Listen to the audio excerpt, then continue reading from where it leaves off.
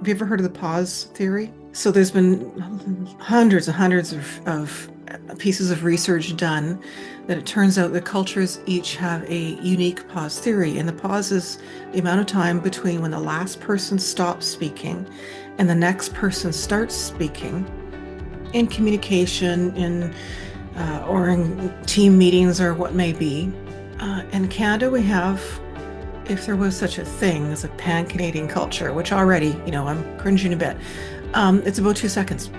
So after 2 seconds, people at a team meeting will start to look down, they're fiddled with their pens, we're wasting time, somebody do something. 2 seconds, it's pretty short.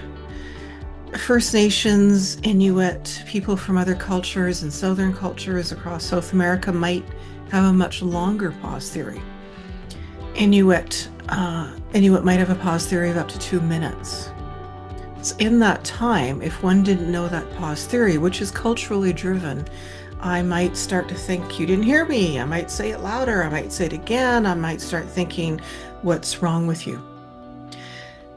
Pause theory is simply cultures colliding. Welcome to Purposeful Empathy, a show that is dedicated to amplifying the voices of people from across the globe who understand the world needs more empathy and are doing something about it. This season includes 25 incredible episodes devoted to the inner development goals. Based on the science of personal transformation, the IDG framework represents 23 skills needed for today's world. And of course, empathy is one of them.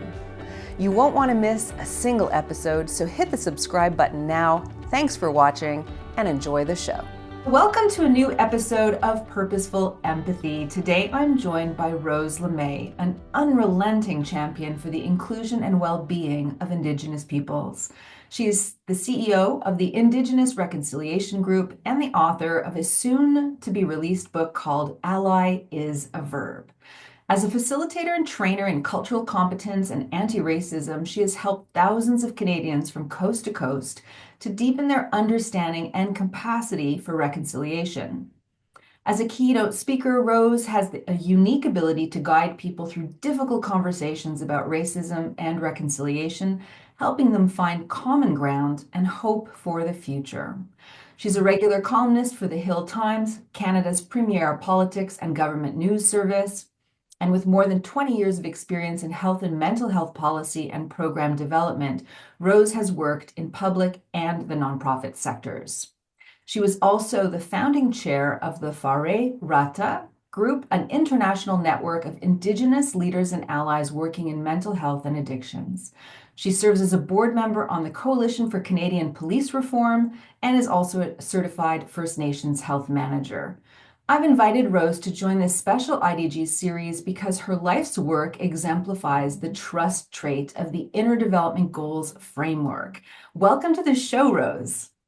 Thank you. Thank you. This is an honor. Before we begin our conversation, I want to take a moment to acknowledge that I'm taping this show on the traditional land of Kanien'kehá:ka, which has long served as a site of meeting and exchange among First Nations.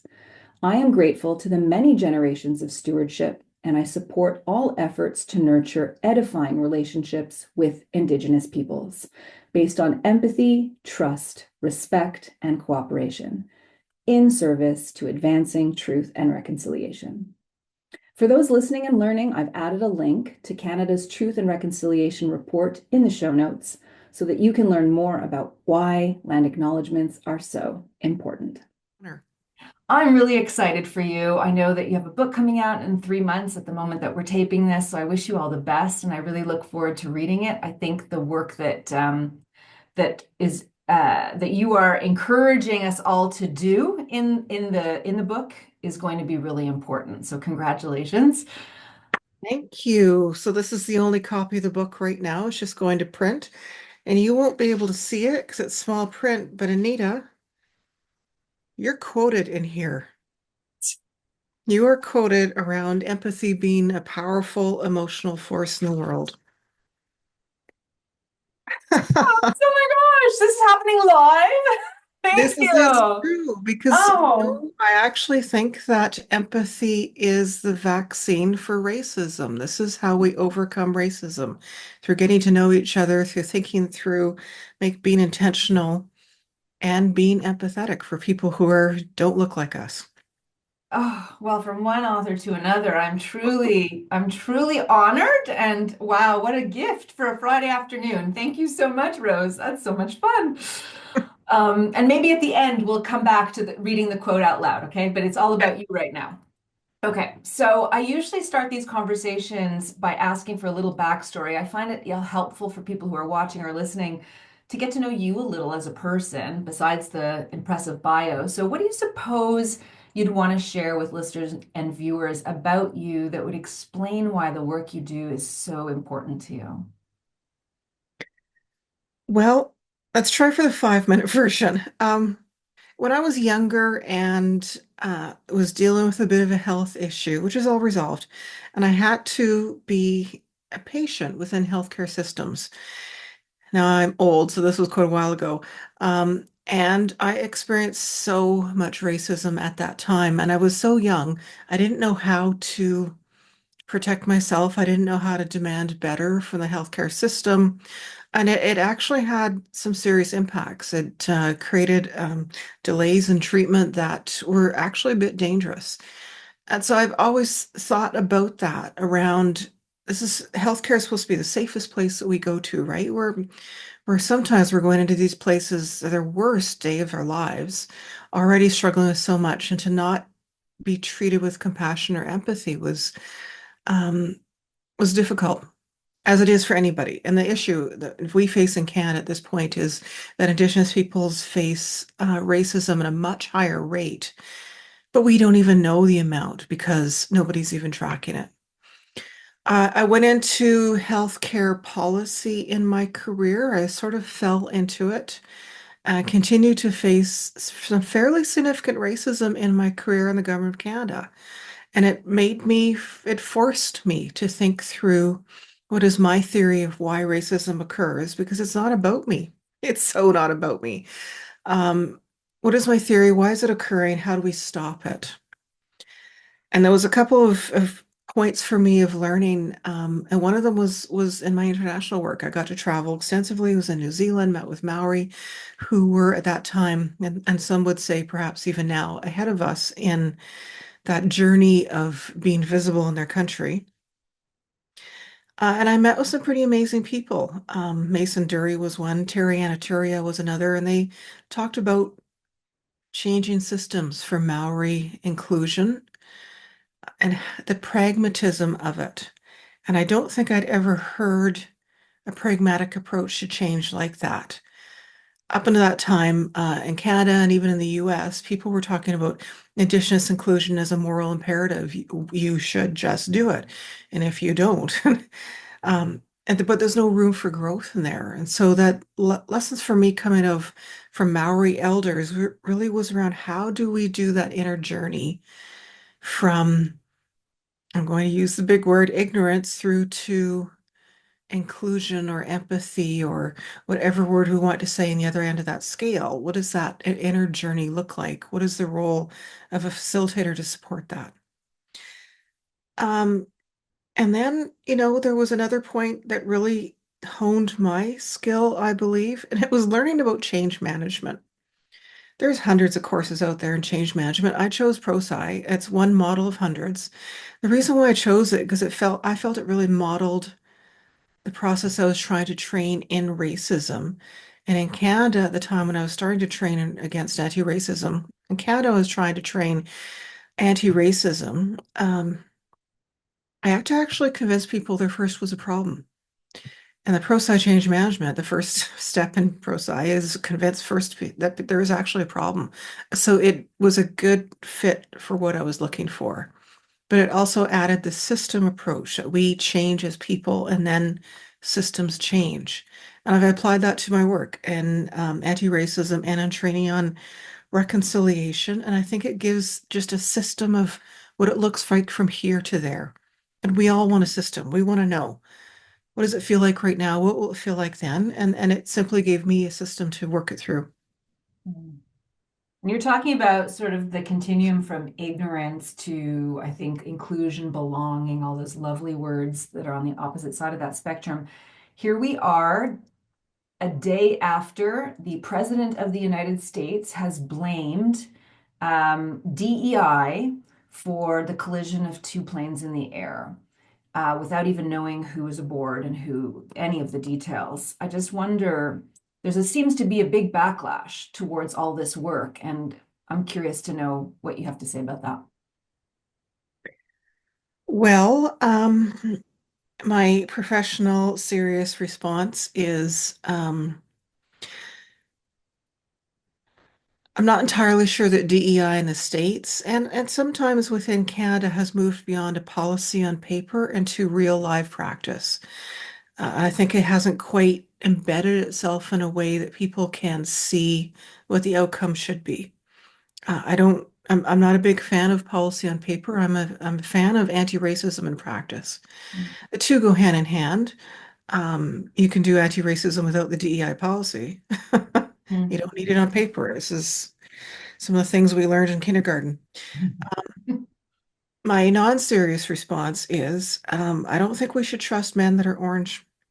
I really don't. I think there's something wrong with people that are orange.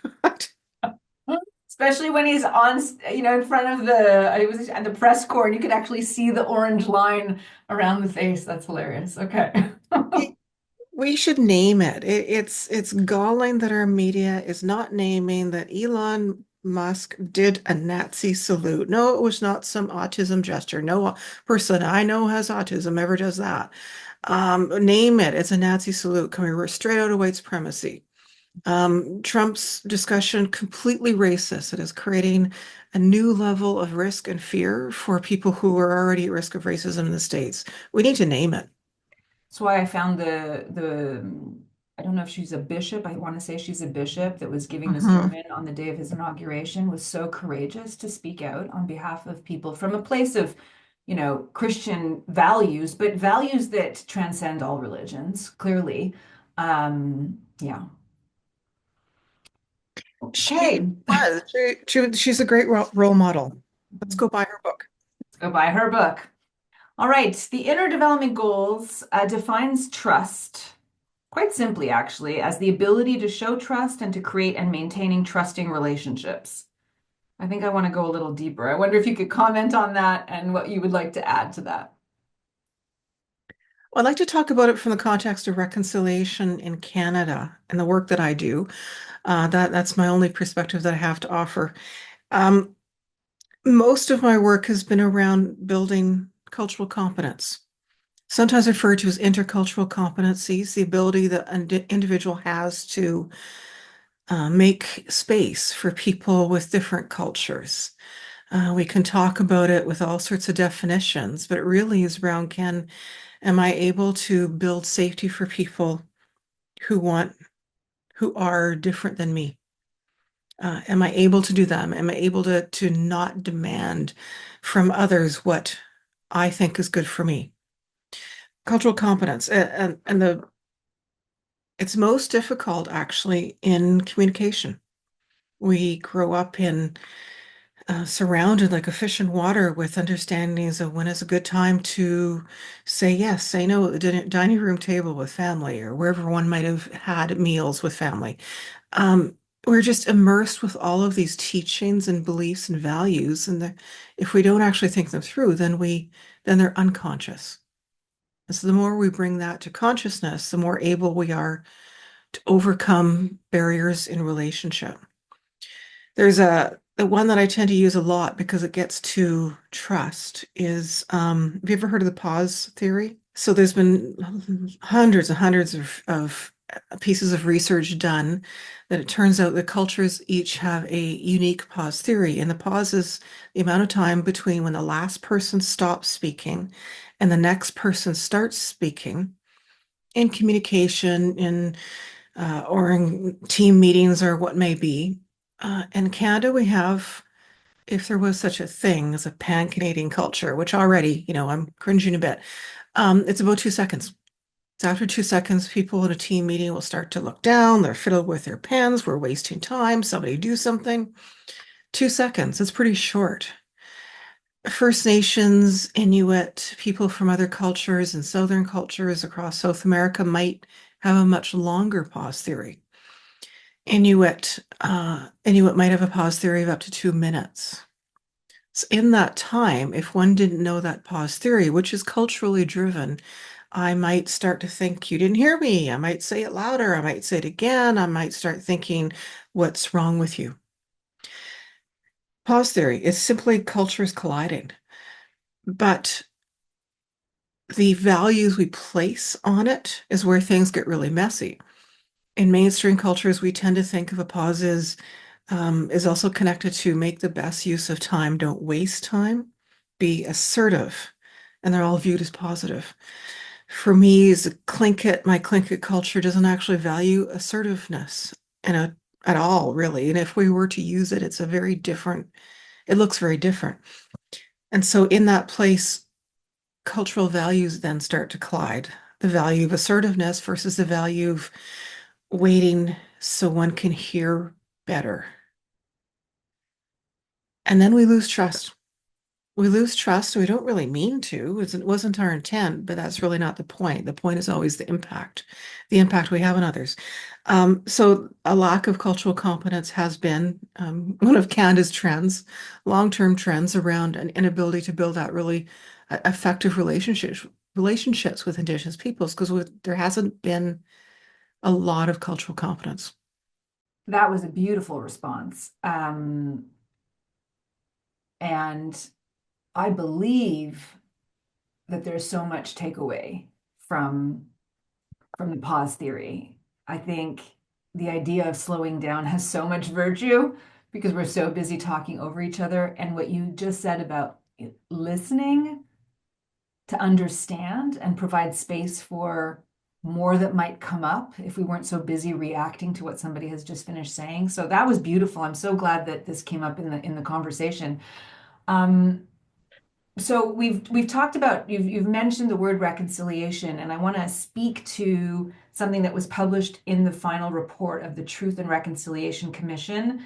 I'll Mhm. read it and then I'll maybe ask because some our viewers and listeners might not know about the TRC. The quote is, "Together, Canadians must do more than just talk about reconciliation. We must learn how to practice reconciliation in our daily lives, within ourselves and our families, in our communities, governments, places of worship, schools, and the workplaces. To do so constructively, Canadians must remain committed to the ongoing work of establishing and maintaining respectful relationships." So I want to ask, of course, what role trust plays in that effort. But first, if you could explain the significance of the TRC. For sure. So Canada is in what we refer to as a reconciliation era. We have completed a commission, the Truth and Reconciliation Commission, very similar to what South Africa went through following apartheid. They also had a similar to a TRC, somewhat similar to Germany following the Holocaust.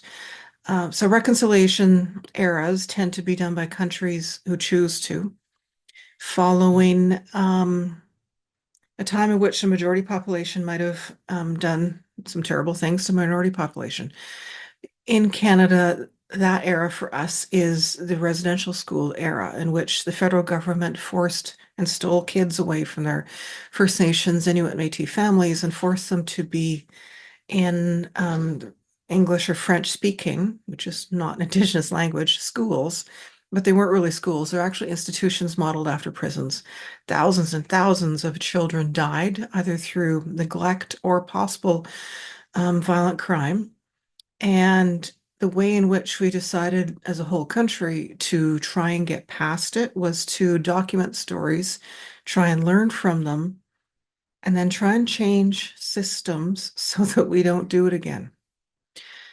Uh, it's a bit messy, this process. And so I'm not entirely sure that Canadians are fully engaged in it, nor fully understand why we're doing it. And so there's pushback. We don't necessarily get consistent progress by governments. It doesn't mean we're not stopping. So, what role does trust play in the TRC? Trust is a fairly foundational place within Canada's TRC for a couple of reasons.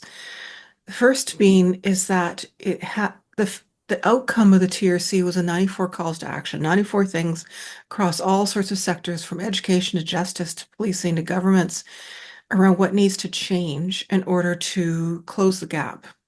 Indigenous peoples in Canada face horrendous gaps on every single measurable indicator, from grade 12 outcome to chronic disease to mental illness to you name it. Indigenous peoples aren't doing as well.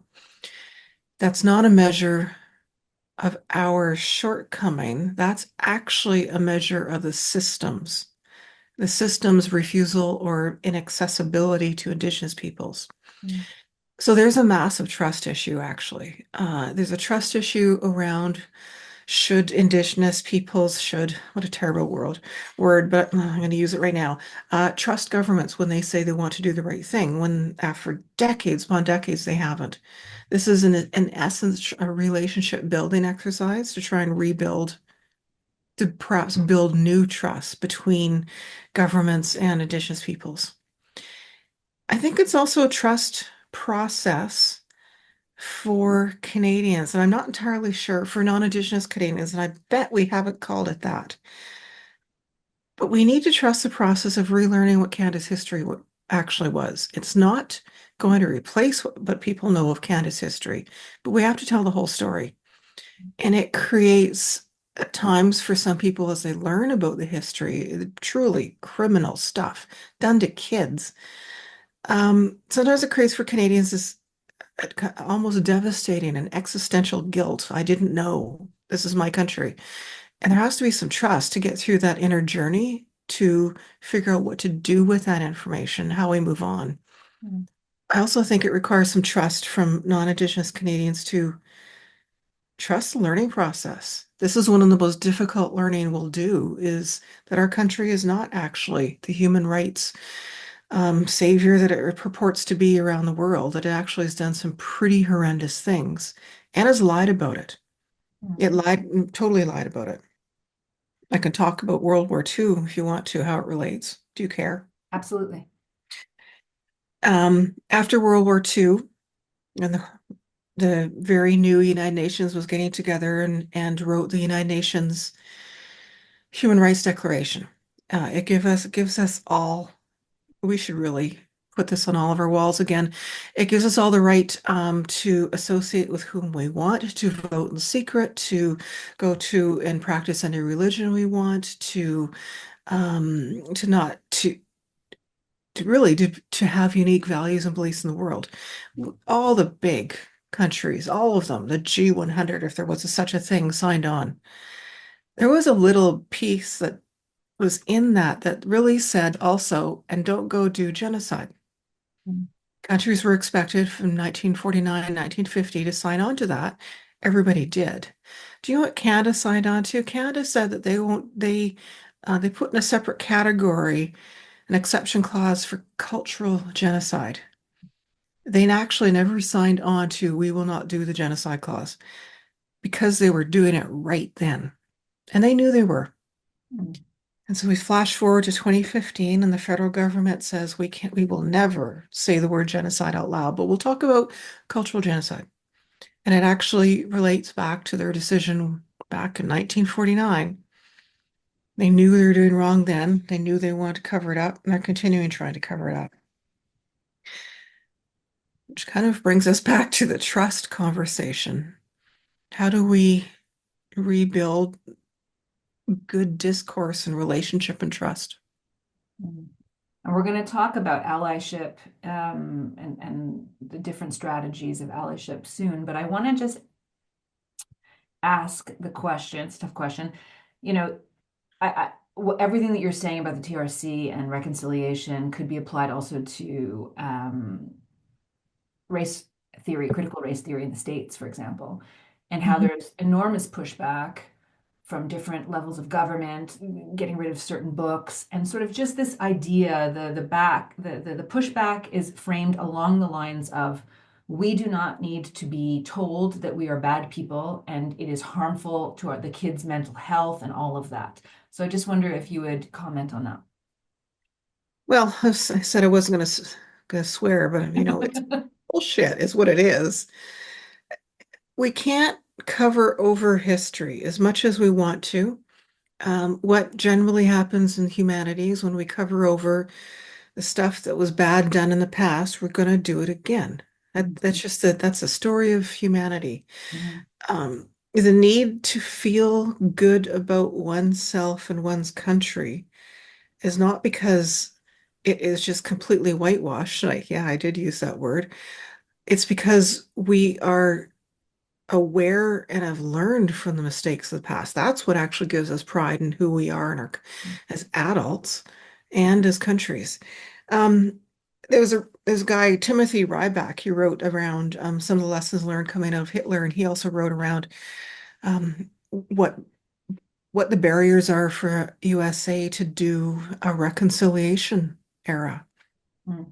They haven't really, as a country, come to grips with the impacts of slavery. Um, from all accounts, it looks like they're going to be doing something like concentration camps any day now.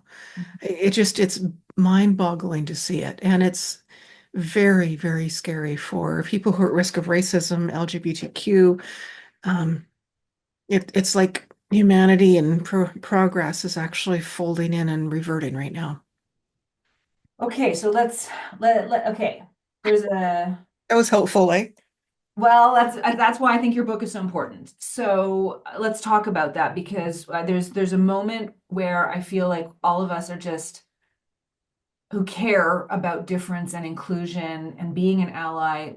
I mean, the folks that are at the that are most impacted by changes of policy and ideology that goes to the right are obviously the ones that are suffering the most. But everybody who cares about these issues is feeling a sense of exhaustion, overwhelm, fear. Just it's such a psychic drag because we just kind of were recovering from the first era. And it never really got much better. There's still so much work to do. So your book, the description of the book is actually that your book describes key principles to promote reconciliation and deepen your practice of allyship and contribute to meaningful change. I love that. So there are 5 areas that you speak about in your book, and I wouldn't mind if we kind of talked about each of them, especially with trust as a backdrop. So number 1, we have to learn more about the true history shared by Indigenous peoples and colonial governments. And we've spent the last couple of minutes addressing that issue. That there's no question that learning about the history in order to transcend history and create trusting relationships, it's so important because if we don't acknowledge what happened in the past, how can we build trusting relationships with people who lived the past? It's true. I was thinking about when we record this just a few days ago was the remembrance of the Holocaust and the day that we want to highlight the horrors and the survivors who made it through the Holocaust. And on that day, there were people out there denying it. How incredibly hurtful for those survivors. I don't mean to make a compare and contrast. It will sound like it. I'm just changing to my next paragraph. There are numerous instances of residential school denial in Canada, straight in the face of survivors of those residential schools. So, how could we possibly talk about having a democracy if we can't actually hear the experience of others around us? That's kind of essential to democracy. We actually have to want to hear and understand the people who are around us, our neighbors. They're not, on the other side of the country. They're literally across the street. And they're the people that you want to be able to walk over and have tea with, borrow a cup of flour if you need to, help them mow their lawn. Like this is not so difficult that we shouldn't be able to do this, but we need to actually know each other and know each other's story and history. And So we can't. I might follow up with you after this call and include a set of resources in the show notes that you think are great go-to places to learn more about Okay. Indigenous history in Canada. Did I cut you off? I was just going to say, in Canada, the history of the impacts and the laws that actually were made, illegal laws against First Nations, Inuit, Métis. I mean, there were times where we were unable, where it was illegal to wear our regalia. It was illegal to practice our ceremonies, it was illegal to speak our languages. There are numerous. Those are the stories and history that needs to be taught in schools. And it's only been recently starting to be taught in some schools, not all, because education in our country is provincial jurisdiction, meaning a province will decide its own curriculum. Um, but we need to know that history. We need to know that history. We need to know the history of American slavery. We need to know the history of Germany. We need to know the massive mistakes we've made as humans so we don't do them again. Because we continue to operate like colonizers in so many ways, whether it's natural resources or just moving people from land and taking away rights. So, yeah, history will repeat itself. The There's a strong second, possibility. Sorry. no, go ahead, I was Rose. just going to say there's a strong possibility of that, yes. Yes, unfortunately, yes. Which is why we need to read your book. All right, so the second bullet is we need to understand why reconciliation is mostly the responsibility of non-Indigenous people. Well, yeah, so the 94 calls to action, there's probably two, maybe three, two and a half, which are responsibility of us as Indigenous peoples. And they're about our own healing, about bringing back our knowledge systems, teaching it to our kids around the importance of land, how our values are actually built from the land. They're learned from the land. That we're well on our way. And Indigenous peoples in Canada, we're well on our way in that. The systems that have been built in this country, which are colonial, were built by non-Indigenous Canadians. And yes, non-Indigenous Canadians, you need to do the work to change them. But it's not like the big systems like corrections, although that now does need to be changed. I mean, things like remove the barriers within HR and your corporation. If there's intended or unintended barriers to Indigenous employees, do the work. Dig in, make the changes to that system you have control over. Because it turns out workplaces are where we put our highest hopes for society. We codify in workplaces that we actually believe in fairness and equity. Make it work in the workplaces, then it will actually flow across the whole country. So, what about the system of policing? You're on the Coalition for Canadian Police Reform. I wonder if you could speak to the work that's required for trust to be rebuilt, where the police are seen as trusted servants to the community. Well, that might take a while. The police in Canada was originally, way back when, knowing history, set up to limit the rights of First Nations people and stop Americans from coming over the border. But, that's the original purpose of policing in Canada. And some Indigenous peoples would say that it hasn't actually left that genetic history in its past. There's still a level of distrust of Indigenous peoples. I don't speak for all police, and I would have never dare to. That all I know is in the time in which George Floyd was lost in the hands of police, in the 3 to 4 months prior to that in Canada, 7 Indigenous peoples died at the hands of police, none of which was covered by media, none of which created any spark of change.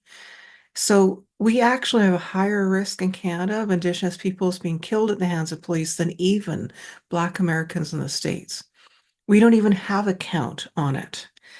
I experience racism pretty regularly. I am scared shitless if I ever have to be, in a Christmas roadblock and I'm driving. I generally am asked, is this really your vehicle? The assumption that because I look First Nations, I must be a thief.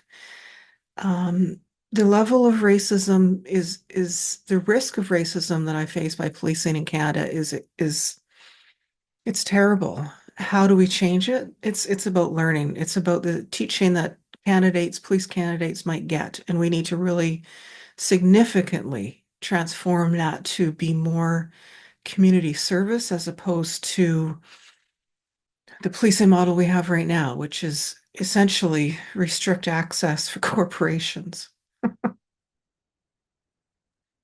Wow.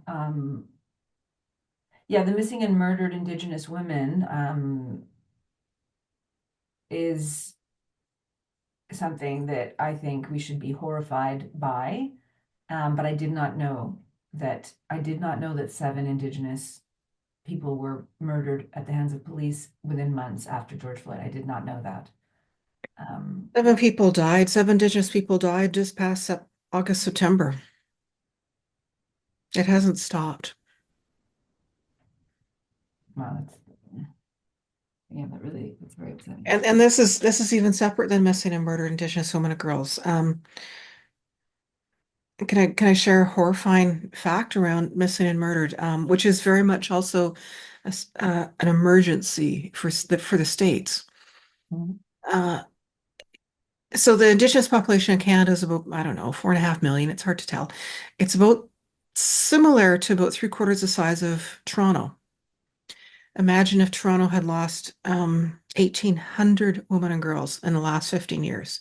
It would mean that every school would have lost a kid, every neighborhood would have known somebody who was lost. Some neighborhoods would never get out of a grief cycle.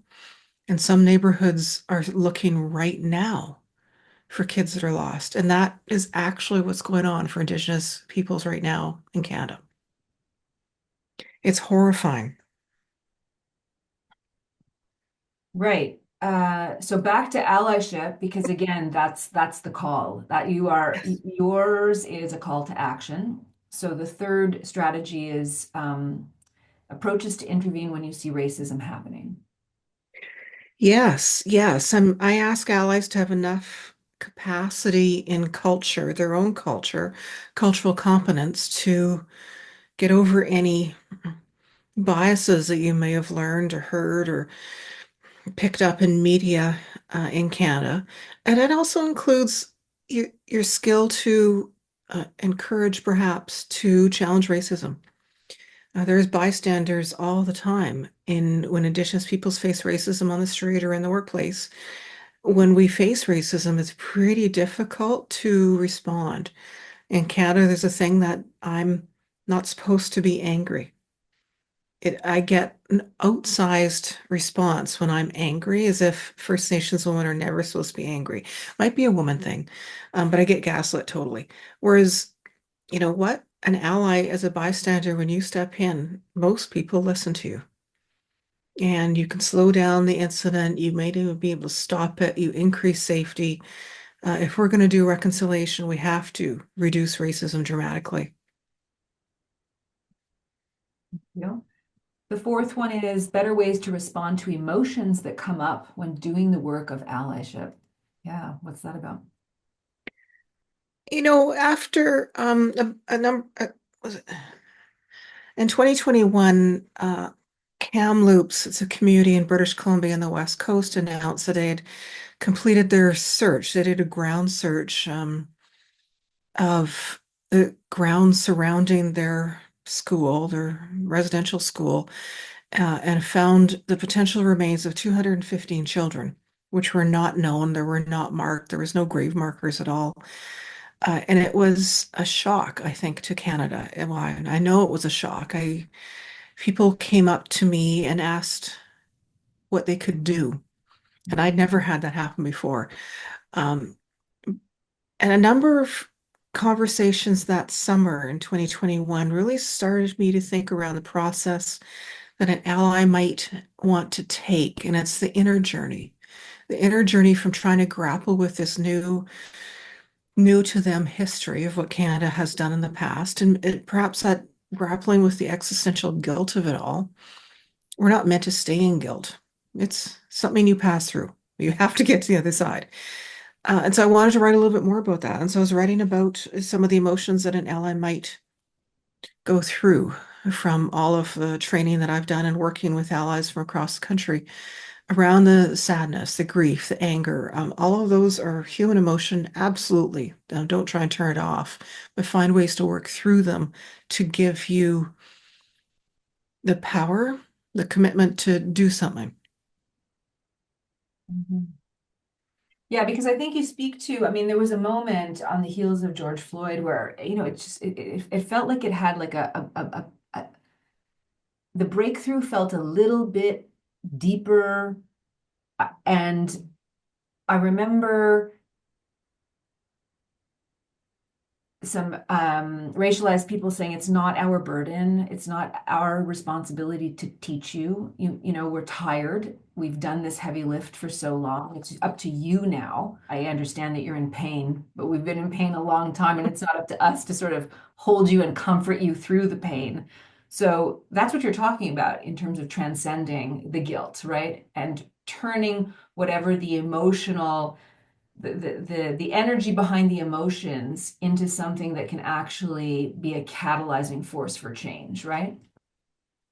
Yes, there's a story that I share. I used to work. I was on Parliament Hill when the apology was made by the Prime Minister for two residential school survivors, and that was really the start of this era that we're in right now in Canada. When Prime Minister Harper apologized, and I was on the Hill. I was part of a team to support the mental health and balance of survivors and their families.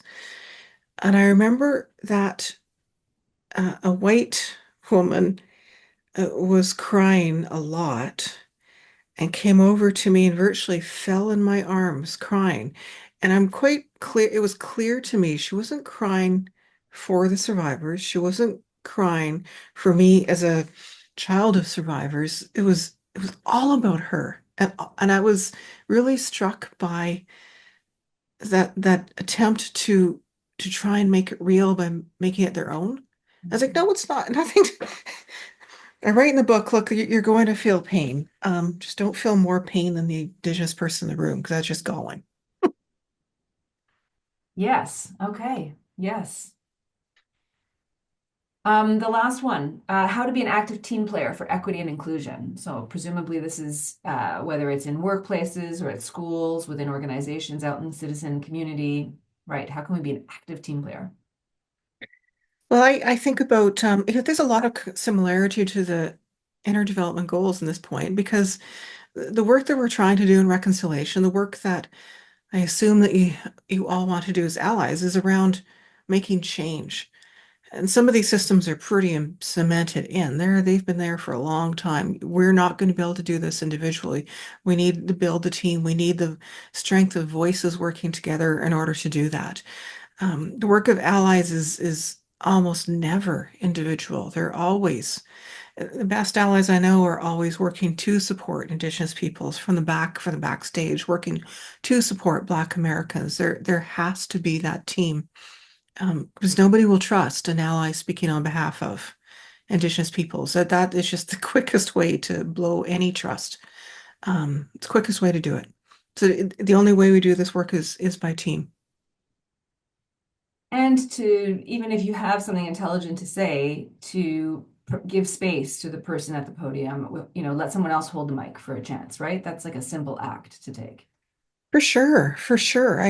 There one of the things that I understand that Indigenous peoples value across all sorts of cultures, Indigenous cultures, is around humility and the ability, one's skill set to not demand the stage, to give others the stage, to always be bringing others along with you, to shine a light on others. And so that will be looked for in allies, especially clearly in allies. Um, it takes a lot of trust to build up to a place of sharing expertise in any relationship. I mean, we could know better, and we still can't tell people what to do. And so we know this. It's just putting in place some of the things that we kind of know at a gut level and putting it into more of a pattern and a practice. So I believe you refer to the book title is called Ally is a Verb. I also think trust is a verb. You have to work towards creating trust, and you have to really work towards recreating trust, or reestablishing trust if it's been broken. It's a lot of work. It's certainly not something that happens quickly, Mm, from what I understand. But here's another story that I think is a hopeful story. mm, After all that First Nations, Inuit, Métis have gone through, we did not um, go to conflict as an option to resolve. as other countries might have done. Other countries that have done terrible things to each other generally end up in conflict. We did not. And in fact, we're still, for the most part, asking for a relationship. Mm. I don't know what you if you're at the 2010 Olympics, but if you remember the opening ceremony, as the first Olympics in which Indigenous peoples were involved, the four host nations were intimately involved in all of it. And the opening ceremony was as a Salish welcoming figure coming out of the ground with their arms held out. And it is representative of a lot of stories of the Coast Salish around the role one welcomes strangers into community. There's a protocol around it.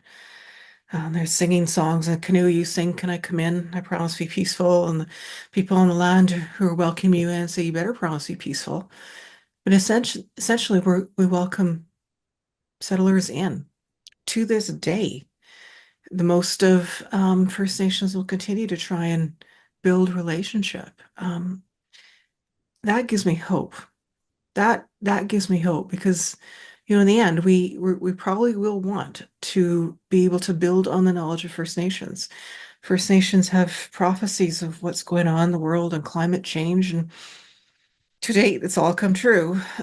So there's some knowledge systems from First Nations Inuit Métis that may actually be valuable to the rest of the world, and now's the time that we need to build the trust to perhaps that we all can learn from it. I'm making a connection. I went to do a Vipassana retreat for the first time. It's 10 days silent meditation. And at one point we were talking about having compassion for people who are victims of all sorts of discrimination or evil or violence, and that it's appropriate to have compassion for those folks. And then the teacher was talking about how it's really also important to have compassion for the perpetrators, and that caught my attention. I was like, really? And he kind of he comes from a Buddhist lineage, so he wasn't talking about Christianity, but he was referring to Jesus as an example of this way of seeing things. And he said, as Jesus was dying on the cross, he had compassion for the people who are putting him up there because they know what they did. And that connected to what you were saying, how spiritually rich Indigenous peoples continue to be if they're still willing to um, to reconcile with perpetrators of violence as it's happened in Canada. So I'm touched by that. Well, I can't speak to what churches would say is good practice. All I know is what my elder Woody Morrison would talk about is I grew up in northern BC. First Nations come from all across country, but we also live in a land that is not incredibly easy to live on. Canada's known for winter. I mean, you have to know some things about how to live in the land in winter. And there would have been a sense that a community is actually the agent of change. We rarely talked about individuals, partly because as an individual, you can't survive on your own.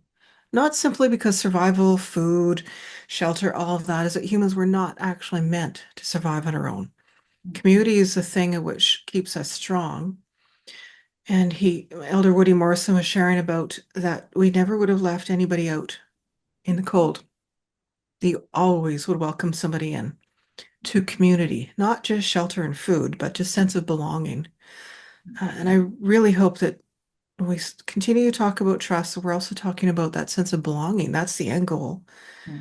that people feel they're in a place of safety, that they belong for whoever they are, their values and beliefs, as long as it's for inclusion, because that's what community is about, so they can thrive. And belonging is what we need to thrive. That's beautiful, Rose. It's the end of the conversation. I always ask one question before we say goodbye, and it circles back to empathy since this podcast is about empathy.